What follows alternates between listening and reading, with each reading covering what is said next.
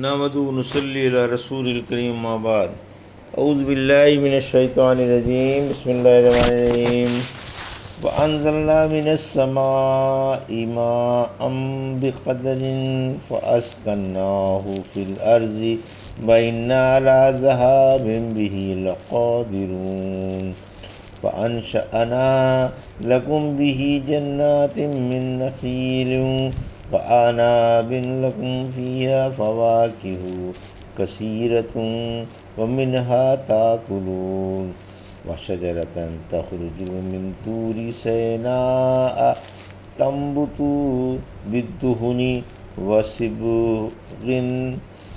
وصبغ للآكلين وإن لكم في الأنعام لعبرة نسقيكم مما في بطونها ولكم فيها منافع كثيرة ومنها تأكلون وعليها وعلى الفلك تحملون ولقد أرسلنا نوحا إلى قومه فقال يا قوم اعبدوا الله ما لكم من إله غيره أفلا تتقون فقال الملأ الذين كفروا من قومه ما هذا إلا بشر مثلكم يريد أن يتفضل عليكم ولو شاء الله لا أنزل ملائكة ما سمعنا بهذا في آبائنا الأولين إن هو إلا رجل به جنة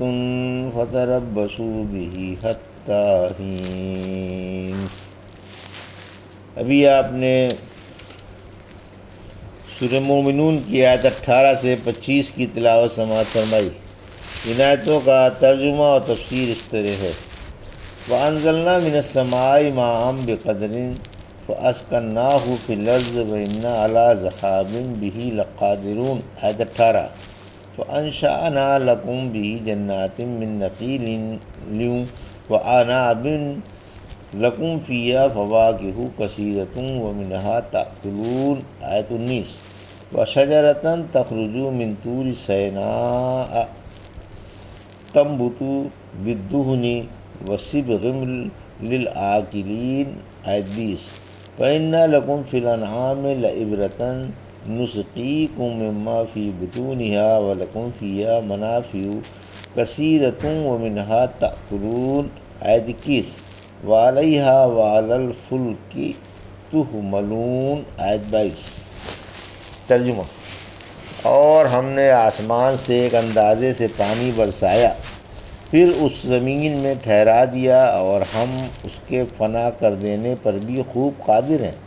پھر ہم نے اس سے تمہارے لیے کھجوروں کے باغ پیدا کر دیے، ان میں تمہارے لیے بہت کچھ پھل بھی ہیں اور کچھ ان میں سے کھاتے بھی ہو، اور وہ درخت پیدا کر دیا جو ہرے بھرے کوہ طور پر پیدا ہوتا ہے، جس سے تیل نکلتا ہے، اور کھانے والوں کے لیے سالن بھی ہے، اور چوپایوں میں بھی تمہارے لیے غور کا مقام ہے۔ ہم تمہیں ان کے پیٹوں سے دودھ پلاتے ہیں، اور ان میں تمہارے لیے اور بھی بہت فائدے ہیں، اور تم ان میں سے بعض کو کھاتے بھی ہو، اور ان پر اور کشتیوں پر سوار بھی ہوتے ہو۔ یہ تھا ترجمہ آیت 18 سے 22 کا تفسیر۔ آیت 18۔ اللہ کی انسان پر لگاتار نعمتیں۔ اللہ اپنی بے شمار نعمتوں کا بیان فرما رہا ہے کہ دم بدم انسان پر اس کی نعمتوں کا سلسلہ قائم ہے، اور اس پر ان گنت نعمتوں کی بارش ہو رہی ہے۔ ضرورت کے مطابق آسمان سے مہ برس جاتا ہے، پھر نہ تو اس قدر زیادہ برستا ہے کہ زمین خراب کر دے، اور نہ اس قدر کم کہ کھیت اور باغ پوری طرح سیراب نہ ہوں اور پیداوار تباہ ہو جائے، بلکہ وقت پر بقدر حاجت بارش ہو جاتی ہے۔ بارش کا میٹھا پانی انسان خود بھی پیتا ہے، جانوروں کو بھی پلاتا ہے، اور آب پاشی بھی کرتا ہے، اور بھی فائدے اٹھاتا ہے۔ حتیٰ کہ جن زمینوں کو قابل کاشت ہونے کی وجہ سے زیادہ پانی کی ضرورت پڑتی، وہاں زیادہ، اور جہاں کم پانی کی ضرورت ہے وہاں کم بارش ہوتی ہے، اور جو علاقہ زرخیز نہیں ہوتا وہاں بارش نہیں ہوتی، لیکن وہاں ندیوں اور نالوں کے ذریعے پروردگار عالم پانی پہنچا کر اسے بھی سرسبز و شاداب رکھتا ہے، جیسے مصر کا علاقہ جو نیل کے پانی سے ہرا بھرا رہتا ہے۔ علاوہ ازیں سرزمین حبشہ سے نیل کا پانی اپنے ساتھ وہاں کی سرخ مٹی بھی کھینچ لاتا ہے، جو پانی کے ساتھ ساتھ مصری علاقے کے کھیتوں میں پھیل جاتی ہے، جس سے پیداوار میں کافی اضافہ ہو جاتا ہے، کیونکہ مصر کی زمین ریگستانی اور شور ہے، مگر رازق کی شان کے قربان اس شوریلی اور ریگ والی زمین کو وہ نیل کے پانی سے سرسبز و شاداب رکھتا ہے۔ پھر فرمایا کہ ہم اس پانی کو زمین میں ٹھہرا دیتے ہیں، یعنی زمین میں آسمان کا پانی جذب ہو کر ٹھہر جاتا ہے اور ذخیرے کے طور پر جمع رہتا ہے، جس سے وہاں کے علاقے کو سیراب کیا جاتا ہے۔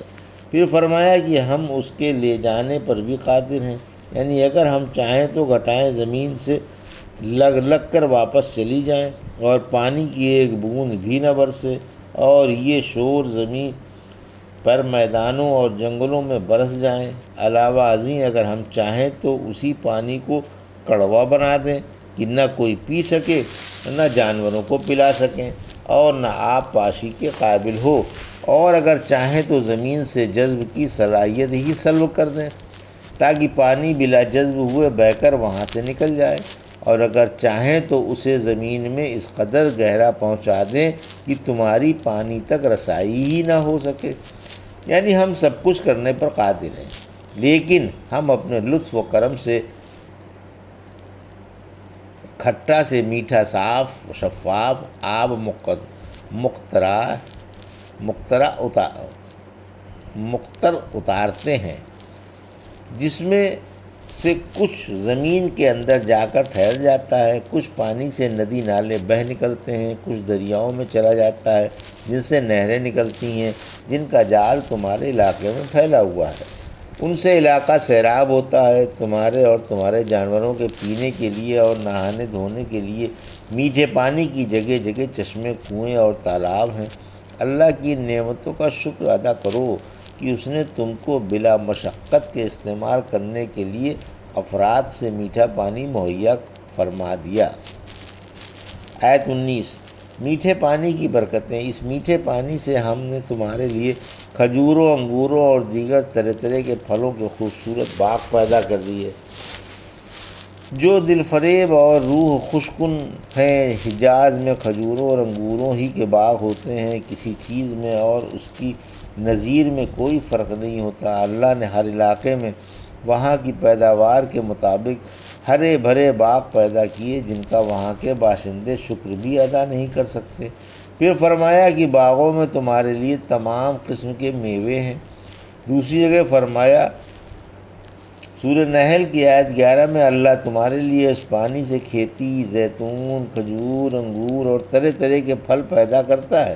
پھر فرمایا کہ ان میں تم کھاتے بھی ہو، یعنی ان کے حسن و جمال سے بھی خوش ہوتے ہو، ان کے رنگ برنگ کے رنگوں سے بھی محظوظ ہوتے ہو اور ان میں سے کھاتے بھی ہو۔ آیت 20۔ ہریالہ پہاڑ طور کہلاتا ہے۔ ہریالے طور پر جو خود رو کثرت سے درخت پیدا ہوتے ہیں وہ زیتون کے درخت ہیں۔ طور کو درختوں کی وجہ سے ہی طور کہا گیا۔ اگر پہاڑ جھلسے ہوئے ہوں اور ان پر درخت نہ ہوں تو پھر انہیں جبل کہا جاتا ہے۔ طور سینا یا طور سینین وہی پہاڑ ہے جس پر حضرت موسیٰ علیہ السلام کو رب کی ہم کلامی کا شرف حاصل ہوا تھا۔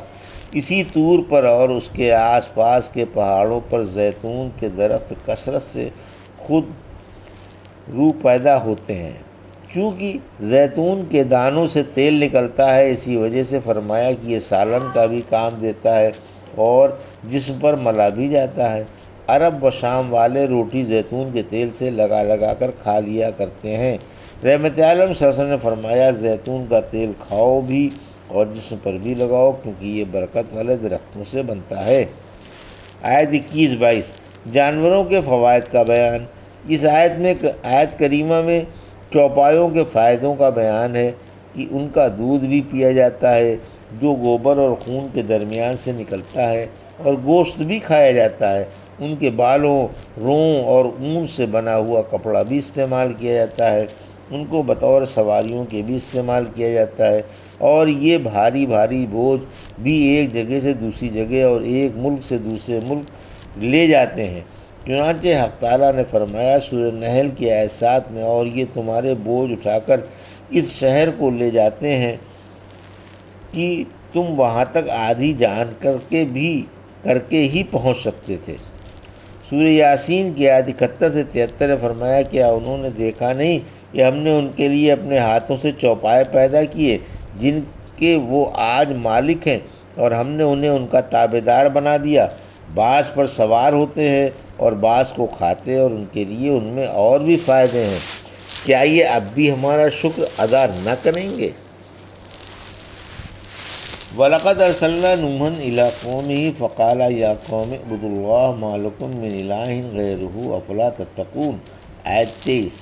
فَقَالَ الْمَلَأُ الَّذِينَ كَفَرُوا مِنْ قَوْمِهِ مَا هَٰذَا إِلَّا بَشَرٌ مِّثْلُكُمْ يُرِيدُ أَن يَتَفَضَّلَ عَلَيْكُمْ وَلَوْ شَاءَ اللَّهُ لَأَنزَلَ مَلَائِكَةً مَّا سَمِعْنَا بِهَٰذَا فِي آبَائِنَا الْأَوَّلِينَ آیت 24۔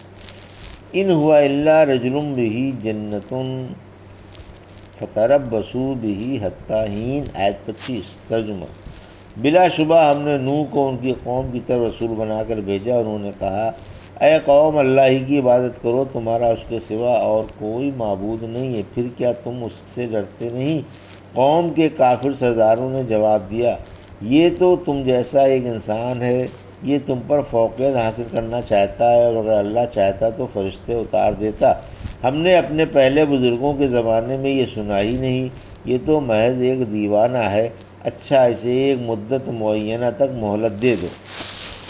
یہ تھا ترجمہ آیت 23 سے 25 کا تفسیر۔ حضرت نوح علیہ السلام کا بیان۔ حضرت نوح علیہ السلام کا واقعہ بیان ہو رہا ہے کہ اللہ نے انہیں ان کی قوم کی طرف رسول بنا کر بھیجا تاکہ آپ انہیں اللہ کے عذاب سے اور اس کے سخت انتقام سے ڈرائیں، خصوصاً مشرکوں، مخالفوں اور جھٹلانے والوں کو، تاکہ ان کے کان کھڑے ہوں اور ہوشیار ہو جائیں۔